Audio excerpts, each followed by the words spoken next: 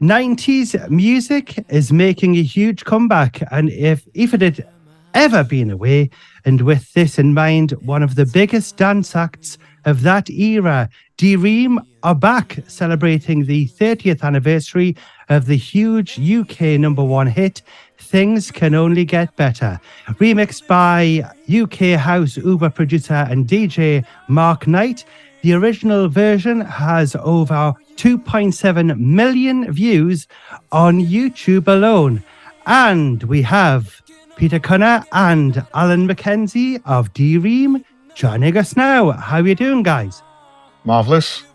Good stuff, Phil. Thanks for having us. No problem at all. It's an absolute pleasure. I mean, it's been an absolute privilege playing Ream's music on the air. And as I am celebrating 30 years in broadcasting on the radio myself, and your music, You're the Best Thing and Things Can Only Get Better, was some of the biggest tracks I played and still do to this day. That's lovely. Thank you very much. No problem at all. Now, why do you think the tracks sound so current today and fit into the musical landscape of the music scene today?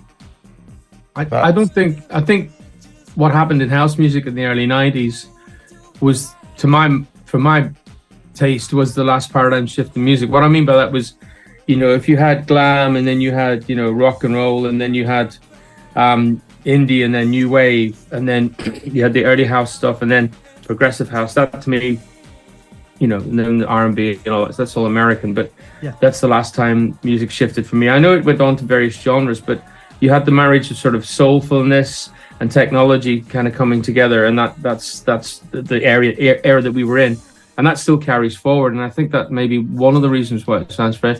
In addition, obviously, it's been remixed, so it's been done with a kind of contemporary twist. But you did also write half decent tunes there, Peter. To give you your due, I'll give you a little pat in the back there for once. Sorry, you flatter me. Give you a little lift today. You flatter me.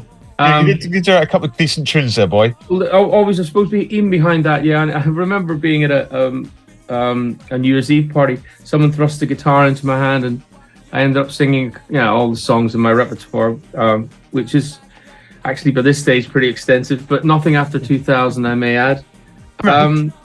So yeah, I Glenn Campbell, Johnny Cash, all those sort of greats, and a little bit of Prince, maybe a bit of Queen, but. I finished singing Things Can Only Get Better towards the end, and they come up to me. There's about 12, 15 people at this party, and people going, "That was brilliant.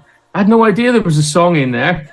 And I was going, I realised with all the bells and whistles going on, and the drums and the bass and the kick and all that, it's very easy for people just get caught up in the, things, jump around at that bit. Yeah. And just forget that it's actually a song that it was written on, and so that's great. Maybe that's the reason why, it stood the test of time, And what do you think about that, Alan? Well, what I just said, I think they're good songs. They're great songs, and I think then things, particularly from the point of view that it's actually was quite different at the time from other house tunes. Look, the bass line and that, and the pianos are quite, you can see a bit, but all the brass and stuff there, we've got little sort of regular little section and stuff and all that, and it's just slightly different from other things. So it's kind of held its thing.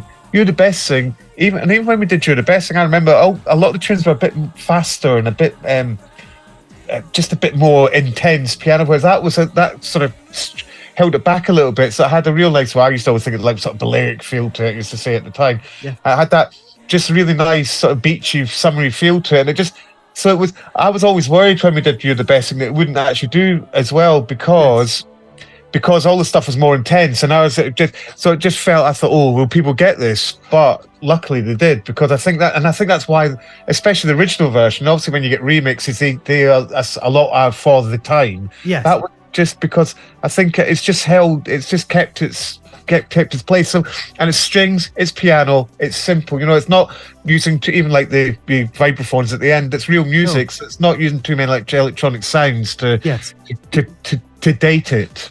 Do you remember, Alan, getting reports back from the regional DJs on You're the Best Thing? King were a pair of ugly gits. No. They used to say sounds fantastic +8. Don't you remember? Yeah, exactly. It's the highest tempo you can pitch. You can set it up to on the Technics deck. I do remember though. That was when it was moving from house towards sort of more techno, and we were on that wave. They were just playing us at +8, so they've got a connection to us and an affinity from doing that. When we did that, Pete, we were going to a gig one night. We were going through Liverpool, and a guy was on the radio, and this DJ, cheeky little kid, he was playing it, and he said it's a great tune, and it was the original cover, and it's a yellow. It's covering me, sort of holding Pete in front of me with his coat around him, and the guy says it's a great tune, but my God, they're ugly. He actually said on the air, we were driving to a gig. I was like, yeah, that's just what I want to hear on the way to the gig. I'll never forget that. Faces for radio. Yeah, faces for radio. That's what I used to say, faces for radio. Excellent. Well, funnily enough, actually, when I used to play music in the bars and the clubs and things, I used to put a lot of stuff that was like on +8. Sometimes it would be a little bit, you would see the crowd there and then you were going, it's just notched up a bit.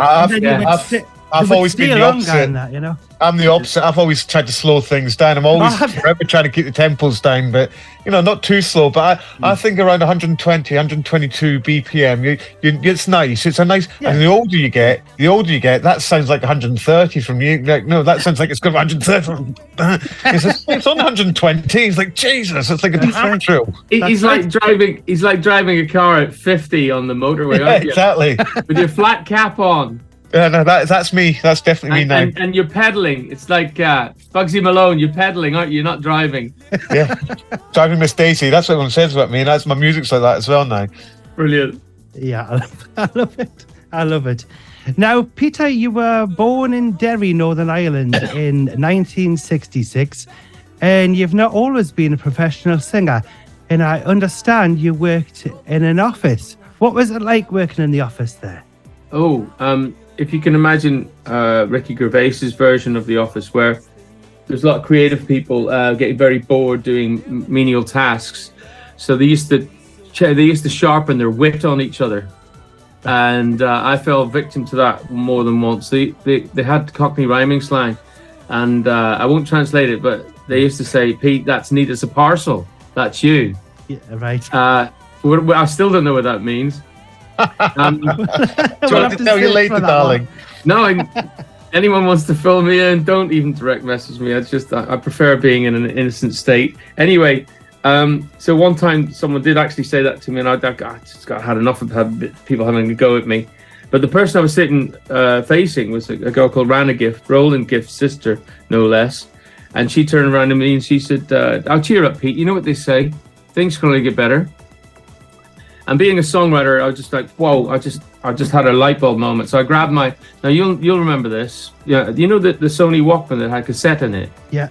Remember those? Yeah. Back in the day. So I used to run into nowadays everyone can do it on their phone, but took it into the toilet, just ran down the idea, and that weekend I hooked up with my writing partner and we put down that idea. But fast forward about, I suppose, 2-3 years later, Alan and I were working on something. This was after we'd done Best Thing. And we had a remix on the desk we were working on for someone else, the Shaw Twins, I think it was. No, you can get that one wrong. But anyway. Yeah, and it just came into my head against this backing track, and I was going, this really works. Al jumped out of his seat going, what the hell is that? And then by the time we took it to the nightclub Alan was resident at, it was a place called Maximus. Maximus was the venue. Love Ranch was the actual night, and it was run by McCluskey, wasn't it, from the Joe Boxers and Adrian, and they had all these lovies and darlings down there just like going mental for this. The kids of Clubland in 1991, 92. And when we put it on, things were better. The first instance, that piano came in and then nothing happened. And no one was used to hearing that amount of space in a record. And it just went absolutely crazy. I know it was bonkers. So we knew we had something. And it went from there. And this is before the internet. Unfortunately, even our names before the internet might explain why we've got so few followers on digital media, because the D and the colon and the R is an illegal character in HTML. Yeah. Anyway, that's an aside. Everyone was going nuts for it. It ripped up through Clubland just by word of mouth, as it was back then.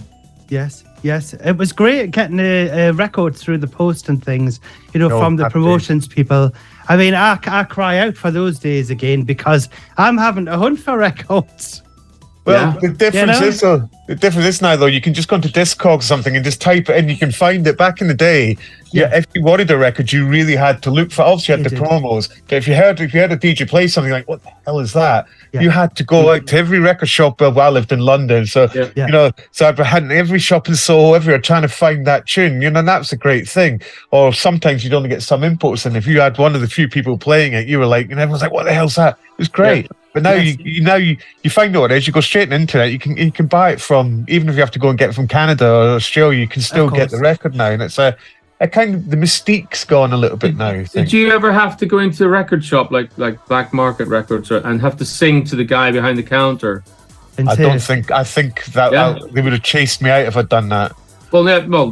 But the thing is, how do you remember that you heard the record? You could sing. I see what you're saying. Oh yeah. I suppose he did. I didn't call it singing. I called it more like humming. You've got that one. Bubba the Bob. Yeah, you know the one that goes. Do you remember Strings of Life? Strings of Life. So I went to a rave in 1987, I suppose, when it came out. 87, and everyone was obviously worse for wear though back in those days. And I went to Beggars Banquet in Kingston upon Thames. I always remember. I went in there. Went in the next day and I said, "Have you got this record? It's got Chinese bells." And God bless Dave Jarvis, who's run it. He runs Faith now. He said, "I know it." I said, "I can't stand the record." And he gave me the white label copy of it, the first copy. And I saw Dave about 20 years later, 25 years later. I said, "I remember going in there. One, it's pianos. How you got Chinese bells?" And he said, "I remember that day." He said, "To this day, I've regretted selling you that record." It's so rare. It was one of the only copies that he had. And he gave it to me, and he thought he hated it, when not all the time he actually loved the record. So, happy days. Absolutely amazing that. Well, I regret writing on white labels. I didn't know you weren't meant to write on them to say what was on the track. Yes. You were meant to leave it as a white label. Yes. And you keep the piece of paper with the reaction sheet on or whatever. But I wrote on them. So. Oh, well, everyone, BPMs, everything, whatever, little things. So you when you're DJing, you know what? Because that's the other thing. If you've had a few too many drinks when you're DJing, you need something to tell you what the hell you're playing. So. I know you'd want to be putting the dub on, and exactly. Where's the vocals gone? How far do you think we are? I've done it many a times. How far do you think we are from people appearing on Antiques Roadshow with white labels? Well, I don't know. Anything can happen. Well, you see, it just made me think, because when they turn up with a bit of furniture and you've actually revarnished it, they go, "Don't do that." And you're just saying, "Don't write on the white label." It's the same thing. It is. Yeah. It is. Don't do that. It's bad. It's bad for the value, the antique value. It is. There's those ones. There's that old Yorksop 12-inch. Is it where Banksy did the prints for it? So there's about 50 of them, and he's done the prints, and they're all selling for about 15 grand a piece now because the original Banksy's. But at the time, they were just saying, "Oh, just chuck that down," and no one thought, "Oh God, I wish I'd got that promo." I tell you what, knowing my luck, I would have sold it for about 50p or something to someone down at Record and Tape Exchange. But that'd be me. I probably did have it. There you go. Yes. No point crying over spilt milk, Al, is there? No. I'm happy where I am with you, Peter. There you go. A match made in heaven there, Peter. Yeah. Now, prior to forming Ream, Peter and Alan there, Peter, you were lead guitarist with Belfast-based band Ty the Boy, who were briefly signed to the Mother record label, which was owned by you too. What was it like being in the band? As I hear, it was a bit short-lived. It wasn't short-lived. We formed in 1983, and I think we parted company in 88, 89. So it was a good chunk of my teenage life spent in that band. And I learned to write then in that band. I learned to format and arrange songs, and it was a 4-piece combo. And what was great about the Mother Records experience was they paid for the move to London from Belfast. And, we were in studios working with interesting producers. We were actually working with a guy called Steve James. Now, you'll know his father. He's the James from the Carry On movies. Sid James. Sid James, yes. That was his son. And he was really big on that kind of indie scene at the time. We were working with him. And that's where I met another collaborator of mine, a girl called Raina Victoria Shine, who worked with Vangelis, no less. And that's when we started getting, my head around how to, work a studio and what have you. And so that was a great experience because there wasn't much in Ireland after the Troubles. This is still during the Troubles. A lot of the venues were just destroyed. So all of the work that we did helped people like, Snow Patrol and Neil Hannon. It helped it helped everyone move forward. We were sort of, we're trying to build something in the rubble of the Troubles. Yeah. And we did, and we got so far, but it didn't work out. And I ended up on friends' floors in London for about a year or two, and that's before I met Alan. So it was actually, one of the steps towards Ream. It led me there. But a lot of the lessons I learned in the band were just easily transferable into making records with Ream. The only thing I didn't know, which Alan kind of knew, was structures of like how to party. Yeah. Oh, he knew how to party, and he knew how to put that into the vinyl. I have no idea still how he does. I think he takes it away into some weird corner somewhere, and I don't know, dances in front of it in his dress, or God knows what, and gives it a bit of sort of club knowledge. And the next thing we know, it's all tickety boo. It's all working. Yes. There you go.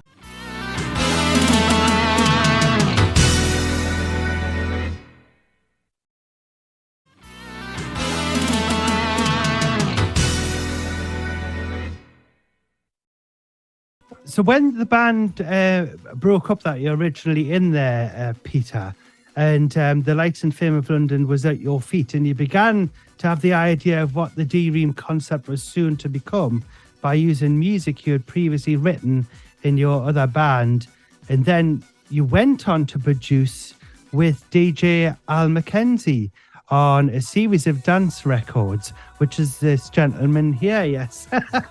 Yes. Well, you can hear him. You can't see him yet because we're not on YouTube yet. But it was just to say, what was it like producing these tracks for the Clubland audience? It was we didn't think about it. The only thing, the only code that we had to crack was the sonic code, and by that I meant, without access to a major studio, we'd no idea how to make the kick drum and the bass sound as big as possible on a club PA. That was a big thing for us to find out, and we worked with Tom Fredericks, and we went through several engineers before we found Tom Fredericks, and he was also working with Sasha along with Gaetan, and they transformed our sound into something that had the weight and the thrust to cut through Clubland and to cut well onto vinyl. Because that's also another part of it. A lot of people, you can put as much bass as you like on there. Put too much bass, the needle will just pop out of the groove. So this is it's a dark art from back then. People don't have this problem now. But I mean, it was by instinct. Do you remember, Al? Who did we cut for? We EMF and Duran and Debbie Harry. Baby June was first. Well, it's just Baby June. That's right. The Brass Necks. That's how we met. That's how we started. Yeah. Everything we touched at the time just like lit up through Clubland. It was like about a year there where we could do no wrong, and it was great. I've been DJing since the 80s, so that's the thing. So when Pete met me, I was resident of Club in the Brain in London. Right. So I've been doing it for ages. So we knew the crowds, what we wanted. We kind of knew. We obviously knew what we thought we wanted anyway. So we're playing almost to our strengths to our friends and stuff. That's the idea. Yeah. So and when that. So we had a ready-made crowd to play things to, so people would, so it was great. So, it kind of worked for us. You obviously, you're in your bubbles, you don't know how it's working, spreading out over the country. Yeah. I only found out recently. I didn't realize. When we first remix we did was Baby June, Hey What's Your Name, and I didn't realize how big it was up north.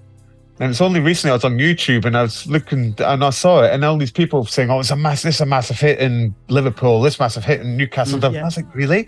So we were stuck in that bubble in London, not really realizing just how big these things were. Because our mates were all enjoying it, we thought this is great. Yeah. But I remember I used to come down when Al was playing, and I used to stand religiously beside the box. I didn't go in there, but I just stood beside it, watching what he was doing when he was playing, and engaging the reaction of the audience. So when I saw the strobe lights go up, I knew that was going to be a piano moment and a breakdown, and when people would punch the air. And so you just really get immersed in what it is that's going to work.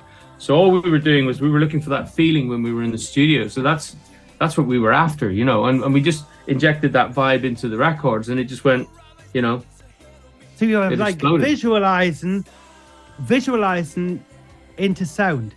Yes, and what they call euphoric recall. Yes. You know, you can be interested. It's euphoric recall. You can feel the euphoria. You can see it in front of you, and you just have to find the sounds that are going to deliver that. That's what we did. Like with You're the Best thing, it's and it's all like it's all in the. That's right. And all that. You can and the lights as well. You've got to have the lighting right and everything. I did some lighting jock bits and pieces with my fingers, and it was great with that because as soon as it would be going, you're the best thing ahead. It would be like you do your little bits of different lights and that, and then it would be kicking in, bam, bam, bam, bam, bam. Yeah. It's got everything in there. Amazing. It's all there. Yeah. I was standing on a Goan beach in India with Anne Savage. I don't know if you remember her, the DJ. I remember, yeah. And she said, Pete, I've got a confession. I got rid of about 2,000 records. I was down to my last 20, and I just lifted up the Sasha mix of You're the Best Thing, and I put it back down. It's one of the 20 I hung on to. And she told me, so I was going like, wow, Excellent. First of all, it's really sad if a DJ is giving up that amount of vinyl. It may be a regret she had, but I remember her saying that she couldn't part with it. Oh, well, it's one of the best ones. Yeah, well, quite literally the best thing. It's the best thing. See what you did there? There you go. D Ream's the best thing. That's almost a BBC link. There you go then. I bet you've spoke to the BBC already, so they're not getting that one. Look, you can have that one. All right, I'll have that one. Thank you very much. We're radio whores. We'll speak to anyone. That's all right. Play our tune. Yeah. Excellent. Now, D Ream, could you tell us both how the group was actually formed? Because obviously we know that there's many members that have got on to other things, like Brian Cox, of course, a scientist with his PhD, which he was getting while was in the band. So how did this all get together as a group there? Also, Simon Ellis, who went on to play keyboards with Belinda Carlisle and eventually ended up being the musical director with. And Mark Roberts on the drums as well. Mark on drums, But the thing is, though, with the Ream, it is really, well, for the first album, Pete and me, and then a group of other people that help, the concepts of Pete and I, and now it's just, then the second album was Pete on his own, and then just the rest is Pete and me basically doing it. Yes. We get musicians, the band for when you go live and maybe getting some bits done in the studio, but the writing is done either with Pete on his own or me and Pete basically. We don't really get involved with others on the writing side of things occasionally, but it's But Brian was an interesting addition because when he first came to us, he was actually our tour manager. He'd be given but he was told it was like a little crap summer job. Don't worry about them; they're not going anywhere.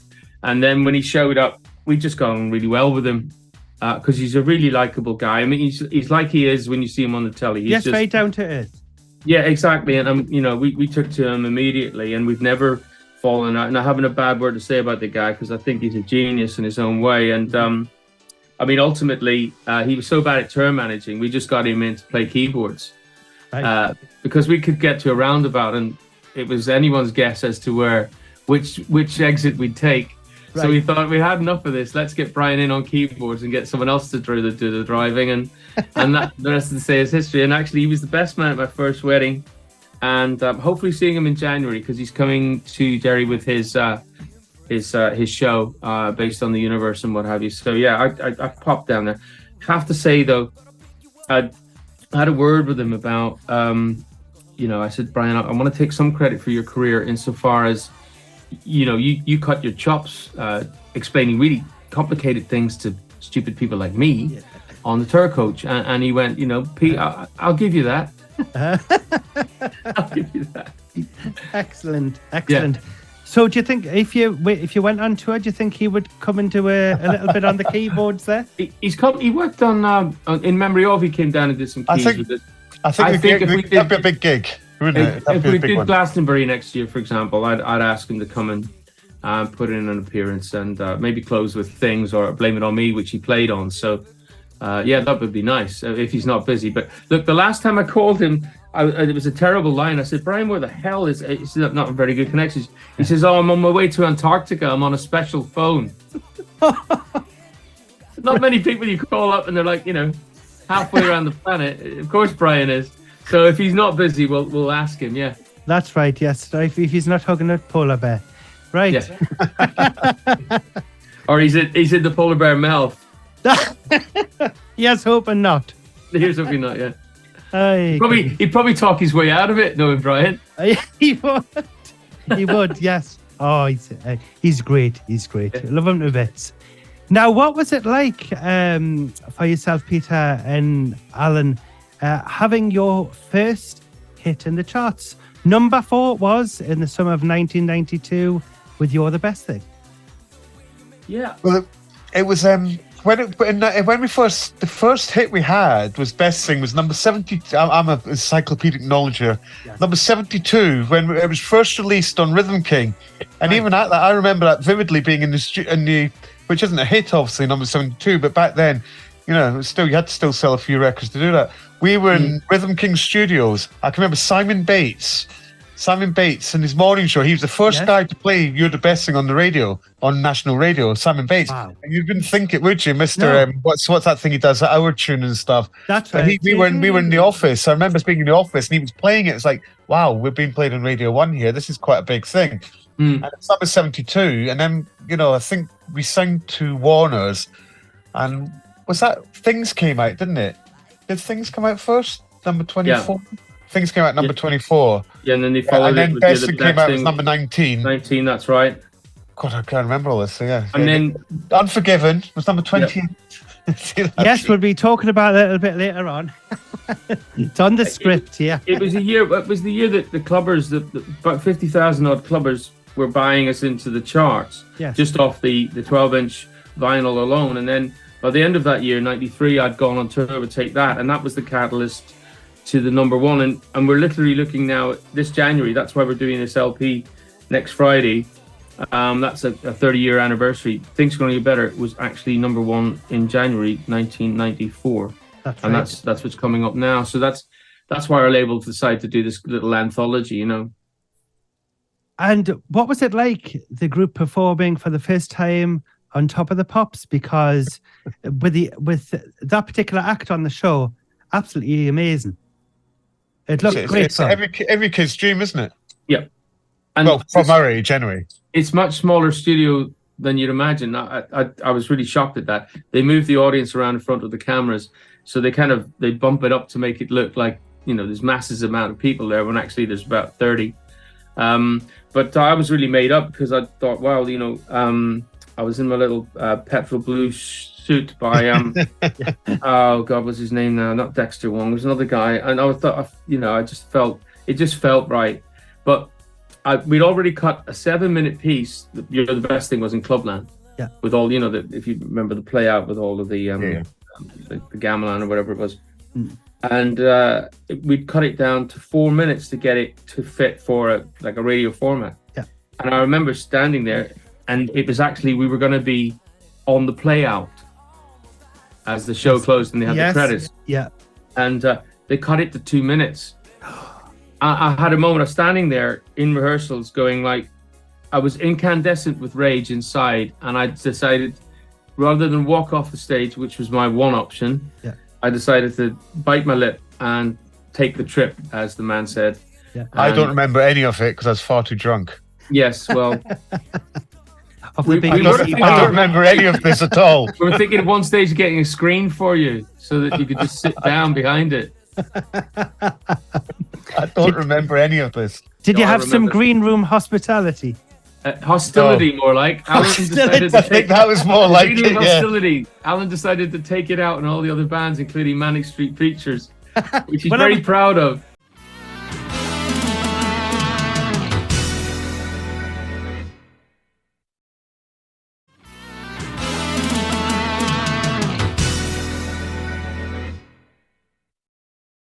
I was going to mention, actually, who was actually on the show with you when you did your first performance? Bee Gees did one, Manic Street Preachers, Take That.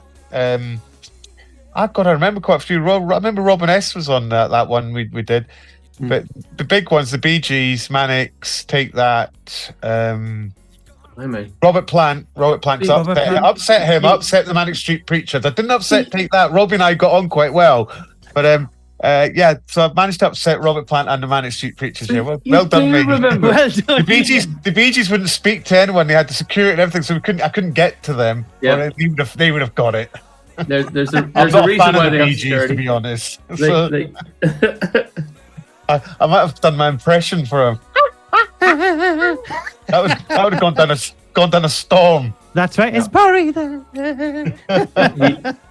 He'd have got them on lay tossers. Late tossers, yeah. He would have, yeah. That's right. I remember that. A bit of Clive I know. Anderson there. I'm off. I'm off. That's it. It's just I can't hang around here. He just took everything off. That's it. One of the best TV moments. That's It is. And Clive Anderson's just going. What the hell's going on? I know. He's like I know. going. Comedy Hold on, we gold. can't cut this out. I'm sure it was live, wasn't it? Oh, it was. Yeah. We all watched it. Live, so it couldn't like just Nothing go. better than a real life car crash in front That's of your right. eyes. He just said, "Well, I suppose that's all we've got time for. See you next week." Yeah. Love it. Roll titles. Yeah. Great stuff. Yeah, Top of the Pops there sounds like it was a great time. Now, D-Ream's second single, Things Can Only Get Better, scored as high as number 24, as we mentioned earlier, in January 1993, but then had a new lease of life in 1994, exactly a year later, and scored as high as number 1 for 4 weeks in the UK charts. What was it like getting your group's first number 1? Oh man, it was off. For us, it was off the charts. It was like, I hate to say it, a G-Ream come true. Boom, boom. Certainly was. That's just something I'd always thought about, and be careful what you wish for. Could you believe it? Was it like I couldn't believe it because I was watching some clips of Top of the Pops before speaking to yourselves, and all of a sudden the host goes, and now here's D-Ream, and it's got the January 1994 in the corner there, and he says, "Yous have eventually made it with this to number 1." And it was a year later. Couldn't believe it. Exactly the same month. No, but it's the same. It's more or less the same record as well. It's just that we put the piano intro back in, and well, from our point of view, what had happened, we had to. It's funny getting people's attention, as you know, is really, really difficult. Getting people to know that it's the band, that it's my face, it's my voice, and that's the song. That takes a while to tie in, and that's why they were re-released so many times. I was exhausted because we were already working on new stuff, and we're trying to move forward, but the label were like still hitting the sort of the same tunes and getting the remixed, and we did. I can't remember how many videos we did for You're the Best Thing. It must be about 4 or 5. So it was just that, and they were constantly, we've got to keep going at this till people get it, and then people got it, and then we were kind of up. We moved up a step or two to the pulpit, and we had a really good year in '94. '95 was great as well, with going on tour and getting out to Australia, and then by '96 I pulled the plug on it. I wasn't happy with the label, and they put the new head of label in there, and he's bloody awful. And we had rows with him, so I just didn't want to be involved with foreigners anymore. And I'm really sorry that I didn't go above his head and speak to some of the higher honchos, but I just walked away. And I'm glad I did, because about 15 years later, I bumped into Alan again, and we just said, look, without all this lot in our way, let's go and make some more records. And that's what we did. In 2008, we bumped into each other again, and we haven't looked back. We've been busy still making good records. It's just that without the hype machine, not many people know that we're still going. Exactly, and you've always been on the go, really writing for artists such as A1 and Steps. Yeah, you did some album tracks. That's not Alan's fault. That was me when I was. It was you. I don't hold it against him. Him. No. Or maybe sometimes I let him remind him. Because what I was doing, Peter, the idea was you took sorry to interrupt. You took a back seat, didn't you, from the limelight? A friend of mine pointed out to me, I had the lifestyle without the hassle. Yes. And I was very much enjoying, like being a hired gun. I was just, making records for money. I very much enjoyed working with A1. I think they're great guys, and they still are. And Steps, that was interesting, because there's so much politics in Steps, and you just see the shiny stuff. And so no, I learned a lot from doing that. I did some stuff for some TV, some film, and I was just really into that, trying different things. But I wasn't doing Dream because I realized in my heart of heart that it wasn't me and Alan, and that's why I didn't put out anything. Yes. And then by the time we got back together, it was like, oh, this feels right now. We've got enough time between us and all the the vipers and the sharks, and we can get on with just doing what creatives do, which is be creative and make good records. And so, like you say, that was since 2008. You have just really never stopped. No, we're on album number 5 now, but the ones that we're talking about here for this greatest hits is culled from the first 2 albums, and it's a great little stepping stone for us because it keeps the sort of the momentum warm while we're trying to get this album ready for next autumn. And it's going to be a double album, but it is in total our 5th studio album. Wow. And I say studio because I actually think potentially I've been talking to Alan about recording some of the upcoming shows so that we can put out maybe something before the summer that'll be a live album. Yes. And I think that'd be really good because it shows that side of us because when we did go live, we were one of the first dance acts to, instead of having dancers and sequencers and what have you, I just got musicians in because that was my background. Yes. So Mark Roberts was there, Simon Ellis playing keyboards. We had 2 backing singers. We had Pierre Osmersvag as a DJ. We had Wendon on percussion, Derek on bass, and it was so good. I remember one night when the electricity failed on the PA, that the band kept playing on stage, and the audience were really shocked because it was like they kept going till it all got reset. So it just shows you, and that was one of the first. And I think M People did the same thing. They used to they had Shovel and all the rest of it, working with them. Yeah. And that I thought that was a nice, interesting way to go. In fact, I believe now they've got a genre now called organic house, and they call it that because it uses a lot of live instruments. And it's funny because we were doing that 30 years ago. That's right. In fact, we haven't stopped. I mean, next week, 2 weeks time, we've got an Irish harpist coming in to lay down some harp on some of these new tracks we're doing. Excellent. Some of which have got a little Irish tinge to it, so that's kind of a Gaelic twist to it. So it's great. Now, that's going to be absolutely excellent, and I look forward to the live tracks as well. Now, today marks a great day as 90s dance music fans of now and the future are able to hear Ream and their brand new album, which is called The Best Thing, which is a collection of these hits remastered from the original 2-inch tapes. Also included are unreleased live versions of tracks from their 1995 Shepherd's Bush Empire gig, 4 unreleased demos, including the original instrumental version of Things Can Only Get Better, 2 newly commissioned remixes from Mark Knight and Elias and Barrientos, and finally some refound unreleased remixes from the archive by Sasha, Left Field, MK, Sure as Pure, and The Joy. And I've got to say this to yourselves there, Peter and Alan, that the new remix, the Mark Knight remix of Things Can Only Get Better, which is out now, was it your idea to get these club classics remixed? I just love the mix with what kind of sounds like New Order's Blue Monday in there. Al? No, we the label all decided all this stuff. They ran it by us. They did send me Mark had done a sort of a rough mix just to make sure. I don't know what they paid him. I don't think I want to know. But they just sent a rough mix over, just saying, look, is this okay? I listened. I thought, yeah, this sounds fine. So to let them get on with it. But that was their domain, really. We just let them do that. That's their job, really. I mean, obviously, if we'd find it horrendous, then I would have had to say something. That would have been an awkward conversation. Yes, I bet. It wasn't needed, that conversation, thankfully. So, yeah, look, as Pete said before, it's about getting it to a new audience. I mean, I know Mark. I haven't seen him in years. I know what Mark does from Toolroom Records and stuff for years.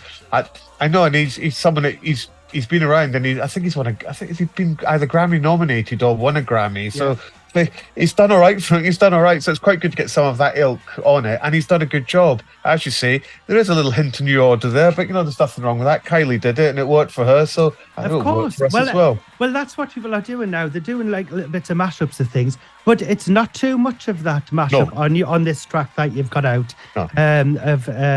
Things Can Only Get Better, because that's kind of a bit of an intro into the big stuff, where the meaty bit of Things Can Only Get Better Well, which he's is played it all. absolutely He's not excellent. sampled it. He's played it. And it just you can hear a bit there, but you know. Yeah. No, it's nothing. It's nothing too overpowering, as it were. Nothing for the lawyers to get worried about. No, it's just subtle. It's subtle. It's subtle. It's Ream. Things can only get better. Yeah, there you go. exactly. Then.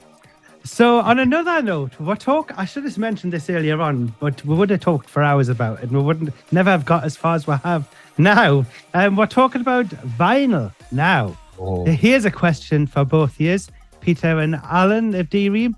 Now, vinyl records. What was the first vinyl record you've ever bought, and what was it? What would you be your favorite one to go to?